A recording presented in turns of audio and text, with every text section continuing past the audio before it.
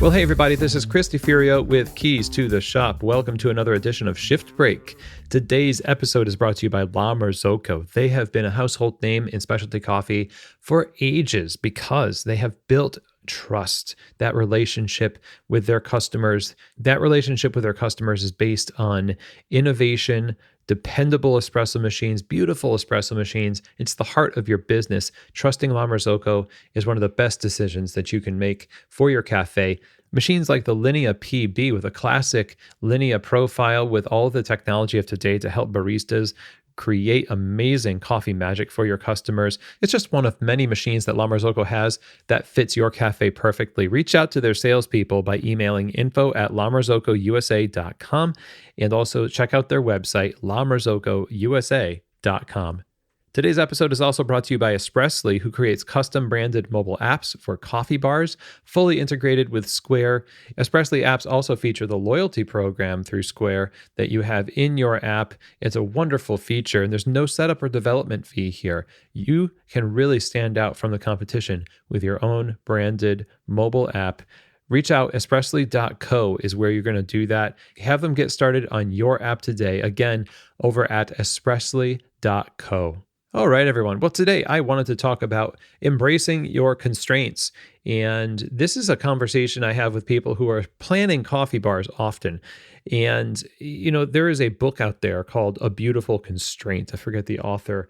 In reading that book, it's clear that the most successful people, where maybe they don't have any constraints in terms of budget or size or time, the best way to get creativity is by giving yourself constraint, because it makes it easy for you to then put ideas up against what you can and cannot do. When we're talking about designing a cafe, one of the hardest things is if you walk into the scenario and you say, okay, I can make this cafe any size, I can get anything I want, what am I going to do?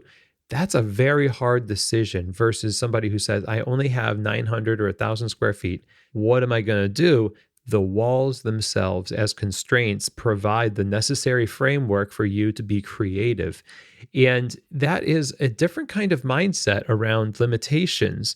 Sometimes we think of limitations as limiting.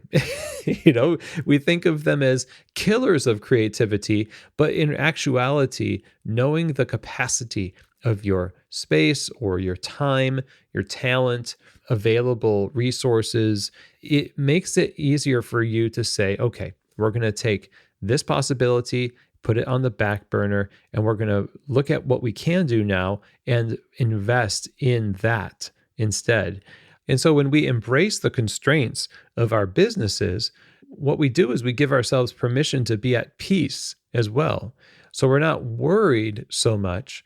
We are definitively unable to, for example, in a 500 square foot space, do that full kitchen that one day we might want to do. Well, you can't in this one. But what you can do is you can create your business in the scale that you're able to now, with the mind to grow it into the future. Some of the best things that can happen to a business is that you come up against a lot of constraints, and it forces you to distill your purpose, your why, the essence of what your business is about, into the minimum viable expression in that smaller space or limited time window, limited budget, whatever it is. That's a great exercise, because then you really get to know what's important, rather than having just a blank check where you get to do everything and you've got to actually now track everything. And it's really distracting. It's very hard.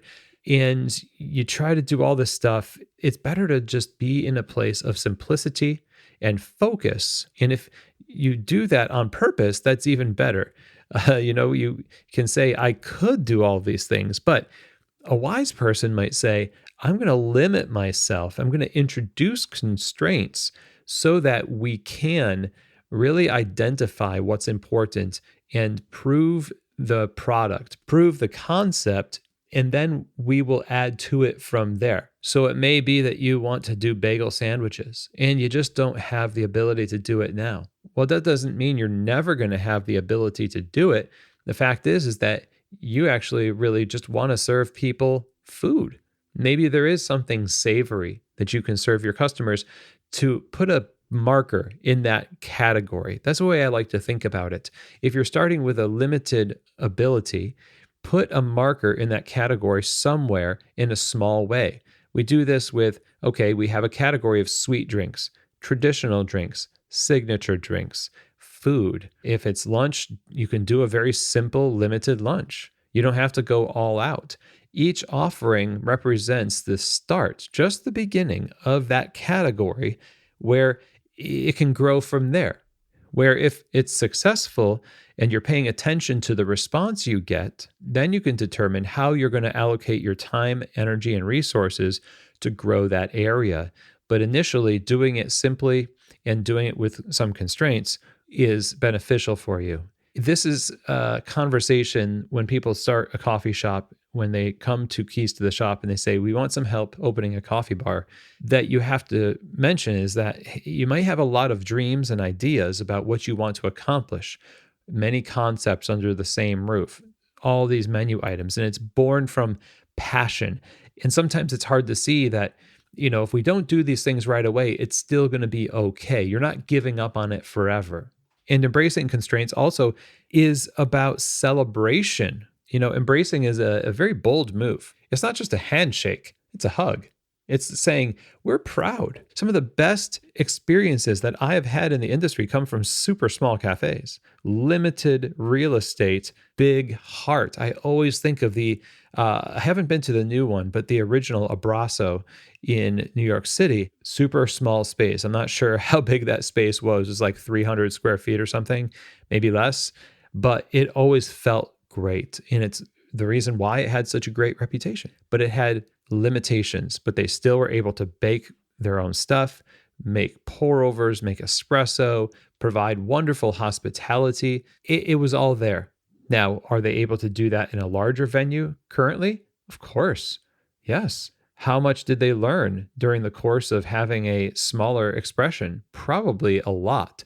Actually, when you take on more stuff, you want to have already been prepared by showing yourself responsible for the smaller things. The principle of he who is faithful with little will be given much. And I think that holds true because it's not just the business that has to grow in capacity. It is you. You are the operator who, through the experimentation and the hours and the emotional hurdles and everything else, you're going to grow in your capacity. So the worst thing that could happen to you, maybe, is that you get everything you want right away because you're not prepared for it. And so if there are constraints in your business right now, if there are things that you wish you could do, but you can't, it might be helpful to just say, this is who we are right now. We're going to celebrate.